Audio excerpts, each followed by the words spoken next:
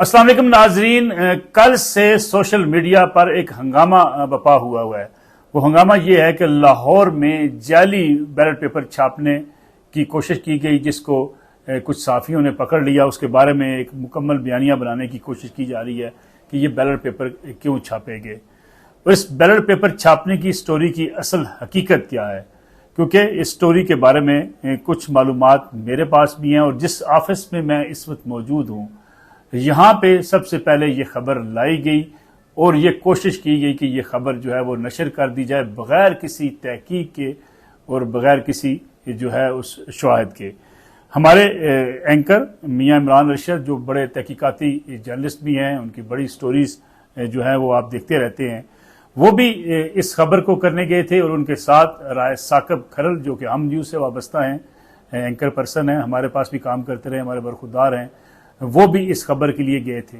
ये दोनों साहबान ये स्टोरी लेकर मेरे पास आए और इन्होंने मुझे कहा कि इस स्टोरी को फौरी तौर पर नशर कर दिया जाए, क्योंकि उन्होंने कोई एक प्रेस देखा है जिस प्रेस में कुछ बैलेट पेपर छापे जा रहे हैं जिनके बारे में ये कहा जा रहा था कि ये NA-15 जहाँ से मियां नवाज शरीफ ने इंतखाबात में हिस्सा लिया था, इंतखाब आ रहे थे, उस हल्के के बैलेट पेपर हैं और बैलेट पेपर भी उनके हाथ में कुछ मौजूद थे जो प्रिंट किए गए थे। अब सवाल 3-4 थे जब ये खबर मेरे सामने रखी गई और जब ये कहा गया कि इस किस्म का स्कैंडल है, तो बतौर जो है वो इदारे के सरबराह की हैसियत से मैंने उनके सामने 3-4 सवालात रखे। पहला सवाल ये है कि जिन लोगों की निशानदेही पे आप इस प्रेस में गए या जिस जगह पे ये छापने का अमल जारी था वहां पे गए, तो वो लोग कौन हैं, वो कितने अथेंटिक हैं, किसी पार्टी से वाबस्ता तो नहीं है, जो आपका सोर्स है वो कहीं किसी उसका कोई एजेंडा तो नहीं है। पहला सवाल। दूसरा सवाल ये था कि जिस प्रेस में आप गए, जिस जगह पे आप गए, क्या वहां बआसानी से आप वहां पे दाखिल हो गए, कोई रुकावट नहीं थी, कोई गेट बंद नहीं था, कोई छुप के ये नहीं छापे जा रहे थे। तो इस सवाल का जवाब भी मैंने उनसे पूछा। तीसरा सवाल ये था कि क्या इस खबर के नतीजे में या इस जो उनके पास मुआद मौजूद है इसके नतीजे में मुल्क में होने वाले आम इंतखाबात के हवाले से और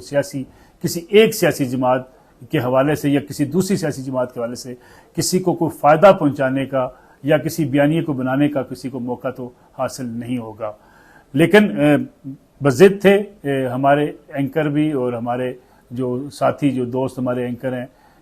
राय साकब खरल साहब भी, वो भी कि इसको फौरी तौर पर नशर कर दिया जाए और बस इस खबर को चला दिया जाए। इन तीनों सवालों के बाद मैंने उनसे कहा कि इसमें मजीद तहकीकात होनी चाहिए, जिस पर मियां इमरान अरशद साहब ने इस बात को कबूल किया कि हाँ इस पर तहकीकात होनी चाहिए और इन सवालात के जवाब जो हमने सामने रखे हैं वो इसको देखा जाना चाहिए ताकि हकायक कौम के सामने आ सकें, ताकि हम किसी मुहिम का हिस्सा न बन जाएं, ताकि हम किसी प्लांटेड स्टोरी का हिस्सा न बने और वो प्लांटेड स्टोरी किसी के इस्तेमाल में ना आ जाए। तो इस पे राय साकब खरल साहब का मौक़िफ़ था कि ये बड़ी स्टोरी है, इसको फौरी चला दिया जाए, इसको फौरी तौर पर फ्लैश कर दिया जाए और ये खबर जो है वो कहीं और न चल जाए, इसलिए बड़ा ज़रूरी है इस खबर को जो है वो नशर किया जाए।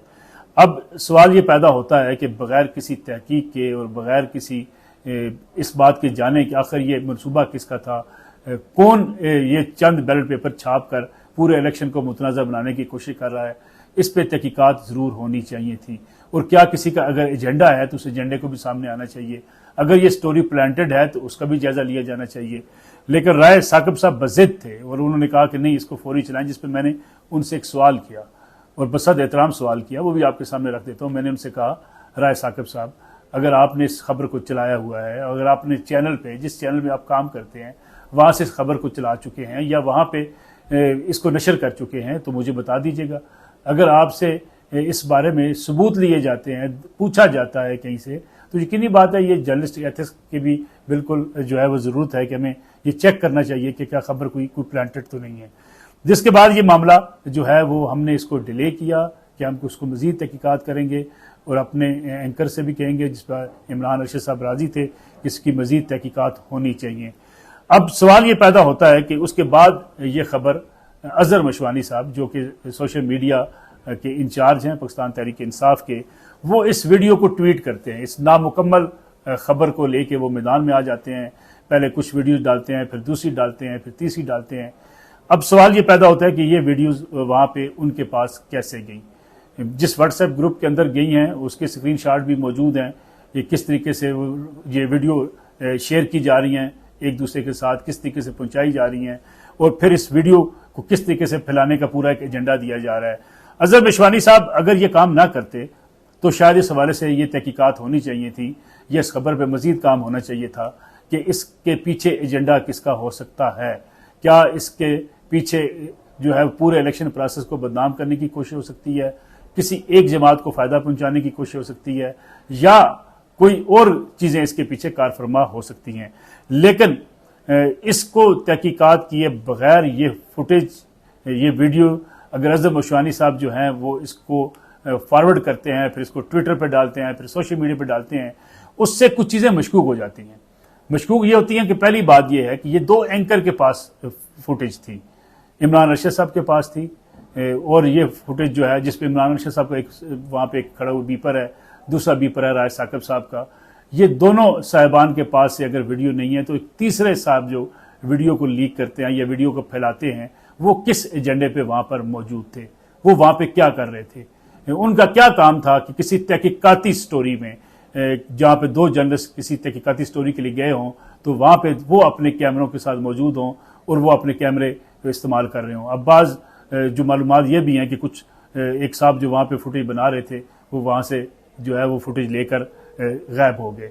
अब देखना यह है कि आखिर इसके मकासद क्या हो सकते थे। फिर सवालात ये उठाए जा रहे हैं, मियां इमरान अरशद साहब की साख के ऊपर सवालात उठाए जा रहे हैं। न्यू के हवाले से कहा जा रहा है कि ये खबर हमारे पास थी, हमने नहीं चलाई, हमने इसको रोक लिया, और फिर सोशल मीडिया का जो अजहर मिशवानी साहब को पता नहीं किसी जिन ने दे दी जिसने फौरी ये फुटेज चला दी और इसके ऊपर एक बयानिया बनाना शुरू कर दिया गया। सवाल ये पैदा होता है कि बतौर जर्नलिस्ट अगर इस बात का जायजा लिया जाए तो ये कैसे मुमकिन है कि अगर कोई भी जमात, कोई सियासी जमात या कोई गिरोह अगर इस तरीके से बैलेट पेपर छापे, उतने भोंडा तरीके से वो छापना शुरू कर दे। इलेक्शन को गुजरे कई रोज हो चुके हैं जहां पे इंतखाबी नतायज सामने आ चुके हैं, बैलेट पेपर जो छापे गए हैं जो उस हल्के के लिए मौजूद होते हैं उनकी एक पूरी तादाद मौजूद होती है, उससे ज्यादा बैलेट पेपर छापे जाते हैं, फिर हल्के में जो कास्टिंग वोट होती है वो कितनी हुई है वो पूरी कौम के सामने है, बाकी बैलेट जो है वो उस इदारे के पास जो है इलेक्शन कमीशन ऑफ पाकिस्तान के पास मौजूद होते हैं। अगर किसी ने कोई उसमें रद्दोबदल करना ही हो तो उसे वहां से मानसरे से चल के आके लाहौर में बैलेट पेपर छापने की आखिर जरूरत क्यों महसूस की गई, ये एक सवाल है। और दूसरी तरफ सवाल है कि अगर इसका फायदा कौन उठाना चाहता है, एक जमात या दूसरी जमात। फिर तीसरी बात यह है कि क्या इतनी ही यानी अंधेर नगरी हो सकती है, इतनी जालत हो सकती है। बतौर जर्नलिस्ट मैंने तो कम से कम नहीं देखा कि कोई बंदा एक इस तरीके से खुलम खुला कोई चीज गलत काम करने जा रहा हो और वो सड़क पे खड़ा होकर ओपनली ये काम करना शुरू कर दे और हम बतौर रिपोर्टर अंदर चले जाएं, जाके वीडियो मजे से बना रहे हैं और अपना काम शुरू कर दें। तो मैं समझता हूं इसमें बहुत सारे सवालात थे जिसकी तहकीकात होनी चाहिए थी, लेकिन इसको सोशल मीडिया पर डाल के इस सारे प्रोसेस को जिस तरीके से इस्तेमाल किया गया उससे ये मोटिव नजर आता है कि ये सारी जो स्टोरी थी इसके पीछे कुछ मुहरकात थे, कुछ जर्नलिस्ट, दो जर्नलिस्ट जो है हमारे, उनको इस बारे में कायल किया गया या उनको इस बारे में आगाह किया गया या उनको इन्फॉर्म करके वहां ले जाया गया और फिर उसके बाद उनकी स्टोरी फाइल किए बगैर, उनकी स्टोरी नशर किए बगैर एक पूरा बयानिया बना दिया गया। हमारे पास अगर स्टोरी हकायक पर मबनी होती हम इसको जरूर चलाते, अगर तहकीकात की जरूरत ना होती हम इसको उसी वक्त चला देते, इस पर कोई हमें डर की बात नहीं थी। और अगर कोई खास सियासी जमात इसका फायदा उठाने की कोशिश करती हम उसको भी बेनकाब करने की कोशिश करते, लेकिन महज किसी एक स्टोरी जो मुकम्मल स्टोरी ना हो, नामुकम्मल हो, उसके बारे में चंद विजुअल सामने आने के बाद उसकी तहकीकात किए बगैर, जाने बगैर किसके मोटिव्स क्या हैं, पीछे मुहरकात कौन है, इस प्रेस वाले के मकासद क्या हो सकते हैं, इसके बगैर इस स्टोरी को नशर करना एक साफ्ती इदारे के लिए, एक मीडिया हाउस के लिए कितना जो है उसकी क्रेडिबिलिटी के लिए एक चैलेंज हो सकता है। अब देखना यह है, सवाल ये पैदा होता है, ये सारी चीजें जो मैं ऑन रिकॉर्ड कह रहा हूं ये मौजूद हैं, कितने वक्त किस टाइम पर दोनों हमारे एंकर साहबान मेरे पास आते हैं। और मेरा बुनियादी सवाल तो ये है कि हमारे एंकर स्टोरी फाइल करें, यकीनी बात है उन्हें फाइल करनी चाहिए। एक दूसरे एंकर किसी दूसरे इदारे में जाके अगर स्टोरी फाइल करने की कोशिश करते हैं तो इसके पीछे ख्वाहिशात क्या हो सकती हैं, और उस स्टोरी को नशर करवाने की कोशिश करते हैं उसके पीछे ख्वाहिशात क्या हो सकती हैं। बतौर जर्नलिस्ट और बतौर एक जो इन मामलात को देखने के हवाले से एडिटोरियल के लिहाज से मेरा काम है ये देखना कि कि कोई किसी और इदारे का रिपोर्टर, किसी और इदारे का साफ़ी अगर मेरे इदारे में आके कोई ऐसी खबर चलवाने की कोशिश करता है, उसका जायज़ा लेना मेरा राइट है, उसको उसके सारे मुहरकात को देखना मेरा राइट है, ये देखना कि इसके पीछे मोटिव्स क्या हो सकते हैं, एजेंडा क्या हो सकता है, ये भी देखना मेरा राइट है, और उसको देखे बगैर किसी स्टोरी को कैसे नशर किया जा सकता है। और अगर इस पूरी कंपेन को देखा जाए जो अब तक नजर आ रही है, जिस तरीके से ये कंपेन चलाई जा रही है, उससे यकीनी बात है मियां इमरान रशीद साहब का एक अपना मौकफ है, राय साकिब साहब का अपना मौकफ होगा, लेकिन अगर मैं उसका तजिया करूं तो ये बाज़ाहिर लगता है कि खास मकसद के तहत इस पूरे स्कैंडल को बनाने की कोशिश की गई और उसके लिए मीडिया हाउस को इस्तेमाल करने की कोशिश की गई। मीडिया हाउस इस्तेमाल नहीं हुआ तो फिर अपने ग्रुप्स के जरिए इसको नशर करके, इसको वायरल करके एक पूरा एजेंडा बनाने की कोशिश की गई। इलेक्शन में बेजाब्तियां हुई होंगी, इलेक्शन में अगर कई धांधली की शिकायत भी हैं, सियासी जमातों को गिले शिकवे हैं, इलेक्शन ट्रिब्यूनल में उनको जाना चाहिए, सबूत के साथ उनको जाना चाहिए, उसकी तहकीकात भी होनी चाहिए, और अगर किसी के साथ ज्यादती हुई है उसका अजाला करने के लिए भी मुतलका अदारे अपनी जगह पर मौजूद हैं। लेकिन क्या मुमकिन है, कभी आप जो हमारे दोस्त सोशल मीडिया पर देखते हैं, जायजा लेते हैं, क्या यह मुमकिन है कि कोई शख्स आपके पास एक खबर लेकर आए, आप उसकी तहकीक किए बगैर उसको फौरी तौर पर नशर कर दें, ये जाने बगैर कि ये वीडियो असली है या नकली है, ये बैलेट पेपर असली है या नकली है, ये किसी के मकासद के लिए इस्तेमाल किए जाने हैं, किसी की इसकी मोटिवेशन हो सकती है, कोई प्लांटेड स्टोरी हो सकती है, ये ऐसा मुमकिन कभी नहीं होता। और ये ऐसा करना शायद मैं समझता हूँ साख्ती उसूलों के भी खिलाफ है। पाकिस्तान में बदकिस्मती से सच और झूठ इतना मिक्स कर दिया गया है कि अब ये फैसला करना जरा मुश्किल हो जाता है कि सच्चा कौन झूठा कौन। अभी इस वीडियो के बाद भी अब देखिएगा, जो समझेंगे कि शायद इसमें मेरी राय उनकी राय से मुख्तलिफ है, उनके इल्जामात आपके सामने आने शुरू हो जाएंगे। लेकिन इस सारे शवाहिद, इस दफ्तर में होने वाली गुफ्तगू, यहाँ पे लोगों का आना और यहाँ पे लोगों का बातचीत करना, फिर इस वीडियो को किस तरीके से वायरल किया जाना, ये सारे सबूत मेरे पास मौजूद हैं। किस तरीके से इसको प्रोडिसाइज किया गया और जिस तरीके से इसको इस्तेमाल करके इलेक्शन प्रोसेस को गंदा करने की कोशिश की गई, वो सबूत भी मेरे पास सारे मौजूद हैं। और अगर मुतलका इदारे मुझे कहेंगे या मुतलका फोरम, किसी अदलिया के फोरम में हमें कहा जाएगा, इमरान अरशद साहब और मैं कम अज़ कम नियो में हम बैठे हुए अफराद जो हैं, वो नियो की इंतजामिया, वो सारे प्रूफ सामने लाने को तैयार है। कोई पोलिटिकल मोटिवेशन अगर हमारी की साबित हो कि हम किसी एक पार्टी को इस इशू पे सपोर्ट कर रहे हों, तो मैं उसके भी हम अपने शवाहिद सारी कौम के सामने रखने के लिए भी तैयार हैं। लेकिन बदकिस्मती से इल्ज़ाम तराशी का जो कल्चर चल निकला है, उसमें हर तरफ से जो है वो ये कोशिश की जा रही हैं, मीडिया हाउसेस को इस्तेमाल करने की कोशिश की जा रही हैं, सोशल मीडिया का बेदरग इस्तेमाल किया जा रहा है, ये जाने बगैर कि इससे मुल्क को कितना नुकसान होगा, रियासत पाकिस्तान को कितना नुकसान होगा, लेकिन महज अपनी जो है वो इंटरेस्ट के लिए इस किस्म की चीज़ें की जा रही हैं। और यहाँ तक नौबत आ चुकी है कि अब पाकिस्तान जो हम सब का मुल्क है, पाकिस्तान तहरीक इंसाफ के दोस्तों का भी, PMLN के दोस्तों का, पीपल्स पार्टी, सब सियासी जमातों के कारकुनों का, उनके हामियों का यह मुल्क है। उस मुल्क के ऊपर भी सवालात लोग उठाना शुरू करते हैं, जो मैं समझता हूँ कि शायद नहायत अफसोसनाक हो सकता है। हमें सियासी जमातों के ऊपर तनकीद हम कर सकते हैं, मुस्लिम लीग नवाज की गलतियाँ, पीपल्स पार्टी की गलतियाँ, PTI की गलतियाँ, उनको डिस्कस किया जा सकता है, उनकी खराबियाँ ज़ेर बहस लाई जा सकती हैं। लेकिन पाकिस्तान जो हम सब का मुल्क है, उसके ऊपर जिस किस्म की जब आवाज़ें वो लोग उठाते हैं जो मुल्क से बाहर बैठे हुए हैं, उससे अंदाज़ा लगाया जा सकता है कि उनका एजेंडा क्या है, वो किन मकासद के लिए, किन मुफादात के लिए और किस कदर गिर चुके हैं कि पैसे की खातिर वो क्या से क्या कुछ करने को तैयार नजर आते हैं। ये सूरत हाल है और आइंदा भी इंशाल्लाह न्यूज़ पर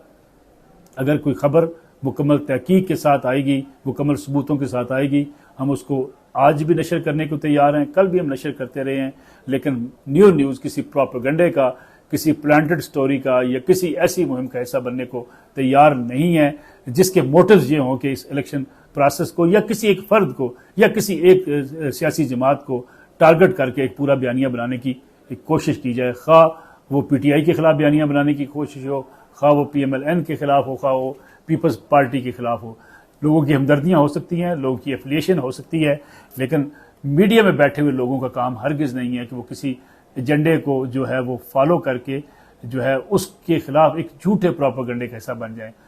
इख्तलाफ किया जा सकता है, अपना नुक्ता नज़र बयान किया जा सकता है, किसी सियासी जमात पर तनकीद भी हो सकती है और किसी सियासी जमात की अगर किसी अच्छा काम है उसकी हमायत भी हो सकती है, लेकिन एजेंडा को पूरा करना कम अज़ कम जो है वो एक साफ़ी का काम नहीं है। इसलिए ये हक़ाइक़ मैंने सामने रख दिए हैं, आप खुद जायज़ा ले सकते हैं कि आखिर जो मैंने सवालात उठाए थे वो किस हद तक वैलिड थे, और जो हमने जानने की कोशिश की थी कि अगर मुकम्मल तौर पे ये पता चल जाए कि सारे प्रोसेस के पीछे कौन है और कोई इसका फ़ायदा अगर हमारे कंधे पे रख के बंदूक चलाना चाहता है तो हम कम अज़ कम उसको कंधा देने को तैयार नहीं हैं।